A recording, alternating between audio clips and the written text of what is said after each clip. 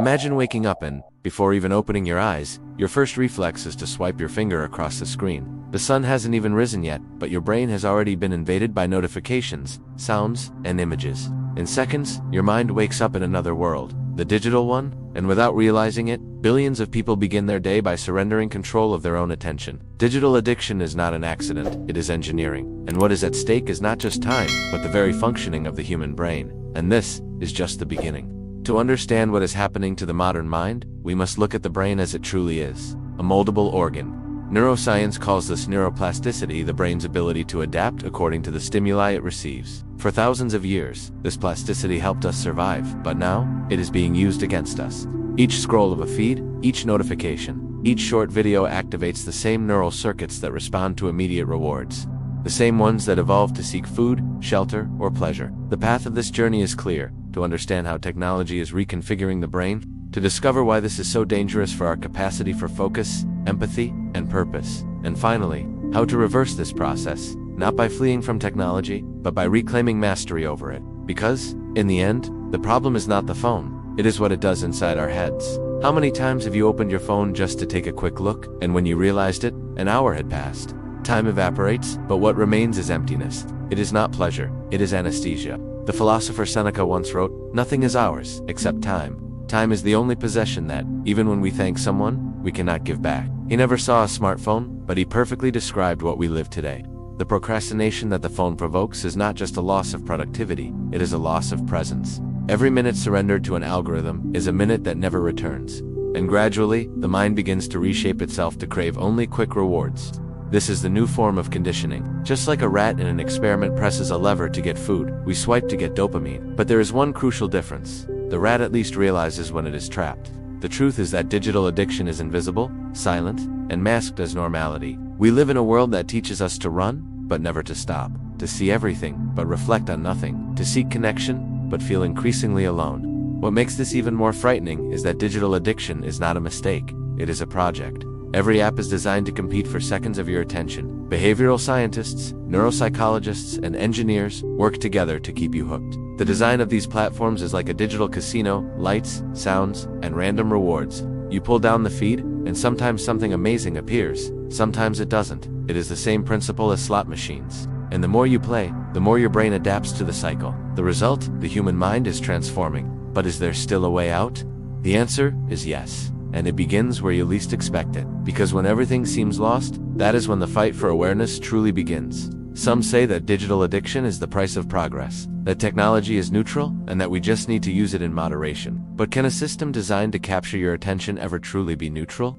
The French philosopher Michel Foucault said that power is not imposed only through force, but through the subtle control of behavior. And that is exactly what happens. We are not forced to use our phones, we are guided into using them. Every vibration is an invitation, every alert, a promise. The line between choice and manipulation has become blurred. But there is another point of view. Many argue that technology has given us access to knowledge, freedom of expression, and global connection. And that is true. Never in history has it been so easy to learn, create, and share ideas. The problem is that the very system that sustains this freedom also profits from our distraction. Nietzsche wrote, "He who fights with monsters should be careful lest he thereby become a monster." And today, we are becoming the very machines we created. Our time, attention, and emotions have become fuel for the engine of the attention economy. The modern mind is fragmented. We jump between dozens of thoughts in minutes. Our capacity for focus is being corroded by the speed of information, but this is not inevitable.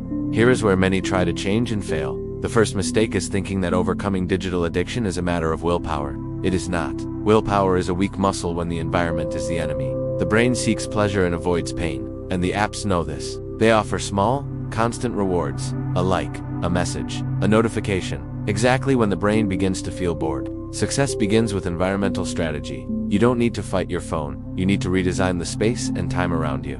Turn off notifications, leave the device out of your bedroom, create focus zones, periods of disconnection. It is simple, but powerful. Because again, the problem is not the phone, it is the uninterrupted access to stimulation. The second mistake is to demonize technology. Total denial is another addiction, the belief that the modern world can be ignored. The answer lies in balance. Use technology as a tool, not as a companion. The phone is not the enemy, it is a mirror. It reflects the emptiness we try to fill with distraction. The Indian philosopher Krishnamurti said, "It is no measure of health to be well adjusted to a profoundly sick society. The excess of connectivity is the symptom of a culture that confuses presence with update." And there is a third mistake, believing that digital addiction is merely individual. It is collective. It is a silent epidemic. We live in an era where the human gaze has been replaced by the front-facing camera, where comparison is constant, and dissatisfaction has become the norm. The antidote begins with rediscovering the real. A book, a walk, a lingering look. The mind heals when it returns to inhabit the body. Reversing the digital reprogramming of the brain is possible, but it demands something the modern world tries to eliminate: silence. In silence, the brain reorganizes. Dopamine stabilizes. Attention returns to what matters. When you disconnect, even for a few minutes, the inner world begins to rebuild itself. Neuroscience shows that after periods of deep rest, the brain activates areas linked to creativity and memory. In other words, emptiness is fertile. The Roman philosopher Marcus Aurelius wrote, "The soul becomes dyed with the color of its thoughts, and if our thoughts are fragments of feeds and short videos, the soul becomes volatile. But if we return to nourish the mind with silence, reading, reflection, and presence, it becomes solid again." Reversing digital addiction is relearning how to live at a human pace. It is not about deleting apps, but about reconnecting with what is genuinely human: contemplation, focus, purpose. Imagine a morning where your first gesture is not to touch the screen, but to take a deep breath, where you feel the sun, the sound of the street, time slowing down, where every action is chosen, not automatic. This is the freedom that technology promised, and that we can only reclaim once we learn to say enough. If you have made it this far, congratulations. It means that for a few minutes, you defeated the algorithm. But the journey does not end here, because there is something even deeper behind digital addiction: the loss of the ability to be alone. If you found this reflection transformative, wait until you see the next chapter, where we will explore how silence and solitude can become the most powerful weapons to rebuild the modern mind.